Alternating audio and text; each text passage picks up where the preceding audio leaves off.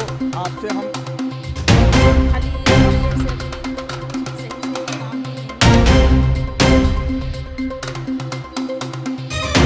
अगर जीत जाते हैं नहीं उनको भी हटा दिया जाए। धनबाद विधानसभा चुनाव को लेकर के महासंग्राम शुरू हो चुका है। विभिन्न पार्टियों के जो प्रत्याशी हैं वो लगातार जनता के बीच जा रहे हैं और उनसे वोट की अपील कर रहे हैं। आज आपको बता दें कि हमारे साथ में किसी नाम का मोहताज नहीं है रुस्तम अंसारी जी। आज MX24 न्यूज़ के अब बोले धन्यवाद कार्यक्रम में हमारे साथ में बैठे हैं रुस्तम अंसारी जी। हम सीधे उनसे बात करेंगे कि आप जयराम महतो के पार्टी से आप झरिया विधानसभा से चुनाव लड़ रहे हैं, तो क्या कुछ मुद्दाएं होगी? पहले तो मेरा आपका मेरे ऑफिस कार्यालय में स्वागत है और प्लस तमाम झारखंड वासियों को तथा मेरे खास करके झरिया विधानसभा के वासियों को जोहार, अस्सलाम वालेकुम, नमस्कार। मुद्दा तो देखिए एक नहीं अनेक मुद्दा है। झरिया में जो जनप्रतिनिधि पहले आए, जो भी आए, आज 20 साल 25 साल से झरिया के मुद्दा पर जो रियल मुद्दा उस पर कभी बात नहीं की है। ठीक है, रोड, नली, गली, ये क्योंकि ये वार्ड का सिस्टम है। यहाँ पर धनबाद नगर निगम के वार्ड में झरिया विधानसभा आता है। इसका काम तो करने का जिम्मेवारी नगर निगम का है, पार्षदों का है। ठीक है, सरकार पैसा देती है काम करने के लिए, तो रोड, नली, गली बना देने से विकास हो जाएगा, ये हम नहीं मानते हैं। मुख्य मुद्दा है कि झरिया विधानसभा को लोग यहाँ के जनप्रतिनिधि ने बेच दिया। उन्होंने झरिया को टापू बना दिया। चारों तरफ अनलीगल माइंस जो माइनिंग एक्ट के तहत नहीं आता है काम को, उस तरह के काम करवा रहे हैं। आज यहाँ मुद्दा, सबसे पहला मुद्दा है कि भाई यहाँ के जो रैयती हैं 19 से 32 खतियान धारक, उनकी ज़मीन को ज़बरदस्ती BCCL ने कब्जा कर लिया है। वो एक बहुत बड़ा मुद्दा है। दूसरा, यहाँ पर जो टापू बन गया, यहाँ प्रदूषण का मुद्दा है, क्योंकि अनसेफली माइंस चल रहा है और सबके साथ जनप्रतिनिधि का अमिलन है। ये बात झरिया की सारा जनता जानता है, क्योंकि जनप्रतिनिधि चाह लेगा और गलत काम हो जाएगा क्षेत्र में, ये हम नहीं मानते हैं। सीधी सी बात है। मुख्य मुद्दा है यहाँ बेरोजगारी। यहाँ चरम सीमा पर महिलाएं बेरोजगार हैं, यहाँ युवा बेरोजगार हैं, उस पर कोई बात नहीं करता है। आज स्वास्थ्य, खाने से ज़्यादा खर्चा स्वास्थ्य पर और क्या नाम है शिक्षा पर है। तो आज शिक्षा की बात कोई नहीं करता है और ना ही क्या नाम है स्वास्थ्य की बात करता है। आज हमारा समाज कम पढ़ा लिखा है, जिसके चलते वो लोग नाजायज़ फ़ायदा उठाते हैं। हम चाहते हैं कि यहाँ पर शिक्षा बढ़िया हो, यहाँ स्वास्थ्य का जो सिविल हॉस्पिटल हो वो कम से कम CMC टाइप का एक हॉस्पिटल बने, जहाँ कोई भेदभाव की शक्ति नहीं हो। अमीर भी जाए इलाज कराने, गरीब भी जाए, तो उसको एक जैसा सिस्टम हो। ठीक है। दूसरी बात कि समस्याएं गिनाएंगे तो आपको माने 2 घंटा लग जाएगा, तो कोई समस्या यहाँ हुआ ही नहीं है। माने पूरा कोई समस्या का काम यहाँ हुआ ही नहीं है। खाली रोड, नली, गली दिखा करके अब फीता काट के नाम कमाना है, तो उस जनप्रतिनिधि को नहीं मानते हैं। दूसरी बात, एक ही घराना से 2-2 बार आदमी को चांस मिला। हम तो ऐसा व्यक्ति हैं कि हम मौतकांक्षी नहीं रखते हैं। 2014 में चुनाव लड़ा, हमको लगा कि जो इस समय वर्तमान में विधायक हैं वो हमसे बेहतर काम कर सकती है, तो मैं उन्हें उसके लिए टिकट दिलवाने का तक काम किया। हमने उसको का नाम जितवाया, लेकिन वो जनता के बीच कभी नहीं रख रहा, उसका कोई भी काम किया। सीधी सी बात है। तो इस बार झरिया के लोग बदलाव चाहते हैं, विकल्प नहीं था उनको। विकल्प के रूप में हमारे सुप्रीमो जयराम महतो जी के चलते हमको JLKM पार्टी से टिकट मिला और उन्होंने दिया, और यहाँ के जनता हम पर विश्वास किया। तो आज स्थिति ये है कि सबसे ज़्यादा दावेदारी मेरी है और हम फर्स्ट में चल रहे हैं। तो मैं झरिया के जनता से एक अपील करूँगा आपके माध्यम से कि भाई हाथ जोड़ करके प्रार्थना करूँगा। मैं मोहम्मद रुस्तम अंसारी, JLKM के पार्टी से हम चुनाव लड़ रहे हैं और मेरा चुनाव चिन्ह कैंची छाप है। एक बार दोनों को आप देखे हैं, ऐसा नहीं है कि झरिया की जनता को नहीं जानती है। एक बार आप मुझे वोट करके चुनाव जिताएं और उसके बाद देखें कि रुस्तम क्या कर सकता नहीं। यदि हम आपके बीच खरा नहीं उतरे तो मेरे भाई बगल में बैठा हुआ, हम लोग कभी चुनाव में नहीं जाएंगे। एक बार हम पर विश्वास करिए, कैंची छाप पर वोट दीजिए। अच्छा रुस्तम जी, एक सवाल है कि चूँकि आप मार्क्सिस्ट के भी गद्दावर नेता रह चुके हैं, क्या कारण हुई जो आप मासस को छोड़ के आप? देखिए, मासस में हम राय साहब के विचार को बिलोंग करते हैं। ईश्वर ने हमको सब सुख संपन्न बनाया है, लेकिन मेरा विचार है राय साहब के जैसा। उसी विचार से हमने मासस में थे, और मासस चूँकि ऑलरेडी इंडिया गठबंधन में चली गई, तो भाई हम माने महत्वाकांक्षी नेता नहीं हैं। हम जनता के बीच में रहने वाले हैं। जनता के जो काम नहीं किया, हम उसके साथ नहीं रहते हैं। तो चूँकि अब लोग चले गए हैं, तो भाई हमको तो यहाँ के जनप्रतिनिधि ने, यहाँ के लोग ने कहा कि नहीं, आपको चुनाव लड़ना है, तो यहाँ पर तो टिकट मिल नहीं सकता था। तो जयराम जी को, चूँकि जयराम जी हम के लोग हमसे कंसल्ट किए, और हमको उनकी नीति को, जो उनकी सोच है, उनका जो विचार है, वो जिस तरह जनता को लिए काम करने के लिए इच्छुक हैं, उनका हमको बहुत अच्छा लगा। हमारे पास तो बहुत पार्टी का ऑफर आया था, लेकिन हम पहले बता चुके हैं कि हम महत्वाकांक्षी नहीं हैं। हमको अपना सुख के लिए कुछ नहीं चाहिए, क्योंकि गीता में साफ लिखा हुआ है, भगवान श्री कृष्ण ने कहा है कि, और ये बात हमारे कुरान में भी है कि अल्लाह पाक को सबसे बढ़िया इबादत खिदमत खल्क है।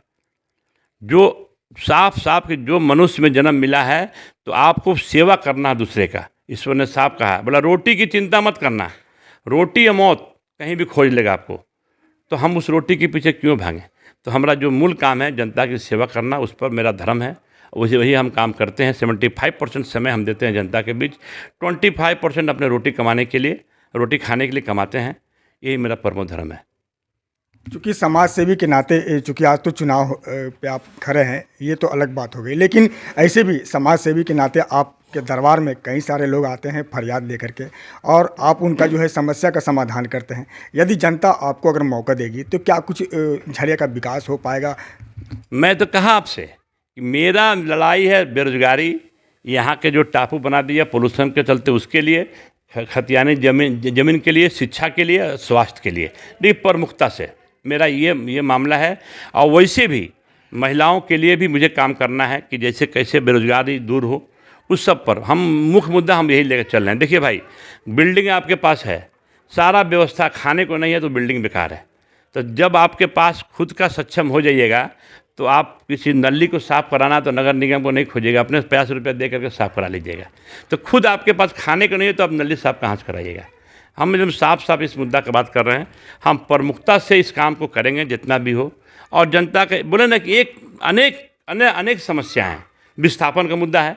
विस्थापन देखिए, आज यहाँ से झरिया से उठा के बैठा दिया बेलगरिया में तो पहले रहने लायक घर ठीक से नहीं है, वहाँ कोई सुविधा नहीं है। आज वहाँ चरम सीमा पर बेरोजगारी है, तो वो काम तो झरिया में हम नहीं होने देंगे। दूसरा बात कि चारों तरफ झरिया को गड्ढा बना दिया खोद के।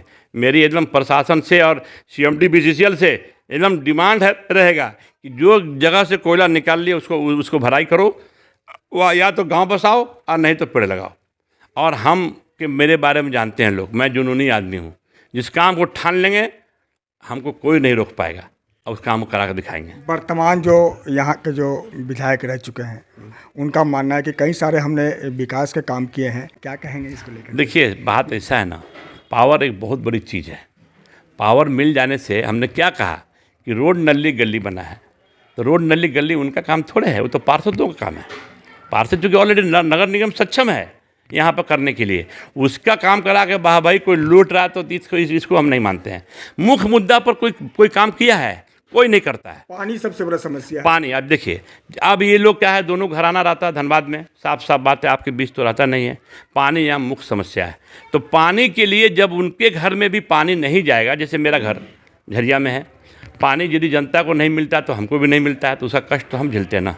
तो पानी, उनको क्या समस्या समझ में आएगा, जब उनके घर में पानी नहीं जाएगा तो हम उनको समझ में आएगा कि पानी नहीं है, तो उतरती है धनबाद में। हम ही जनता से कहते हैं कि आप हमको वोट मत देना, लेकिन सबसे पहले जो 5 साल और 15 साल जो लोग रहे हैं उनकी समीक्षा करो।